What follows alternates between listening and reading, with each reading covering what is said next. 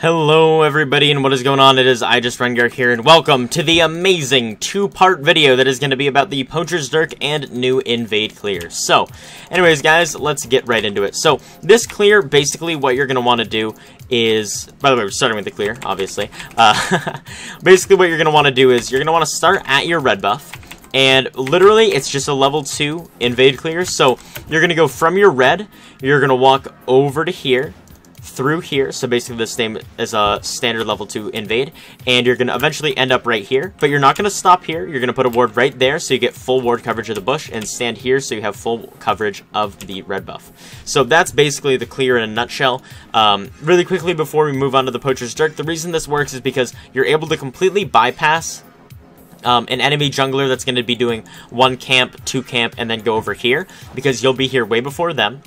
The second reason it's more successful is because if they're in this bush right here, which typically people will do that to see if Rengar's in there, or ward right there, they're not going to spot you out in this bush right here, so it's very, very unexpected.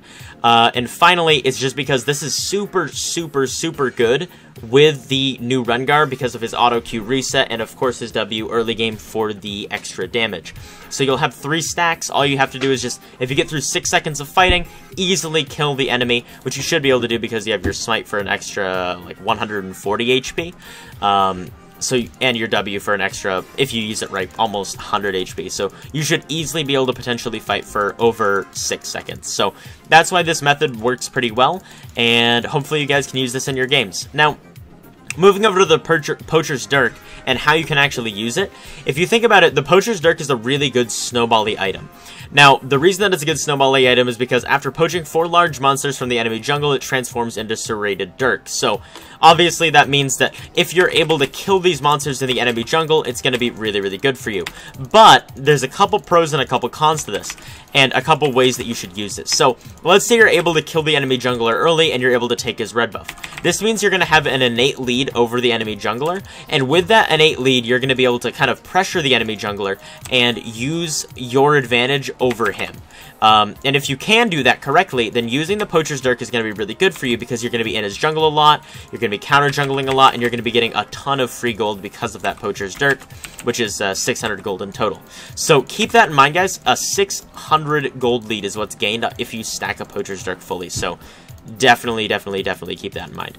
Now, a quick note about Poachers Dirk, though. These are kind of like the pros. The pros, you get 600 gold. And the other pro is that kind of it incentivizes you to go into the enemy jungle and kind of use your strength more.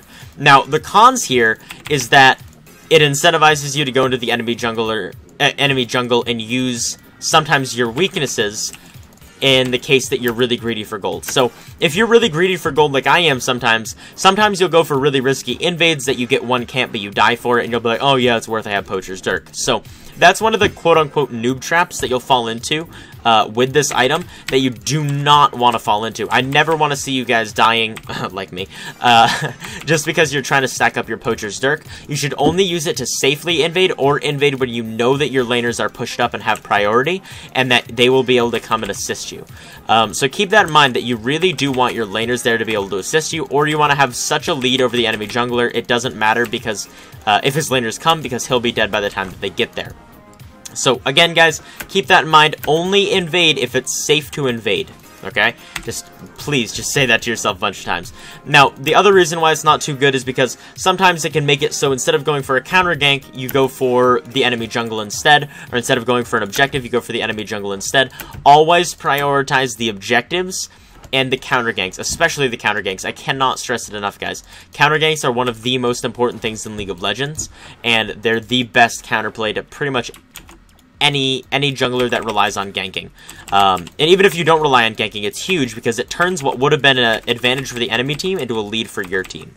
So keep that in mind, guys. But anyways, those are pretty much the pros and the cons of Poachers Dirk and kind of how you use it. Again, just a quick summary. Use it when the enemy is off balance or when you can beat them easily.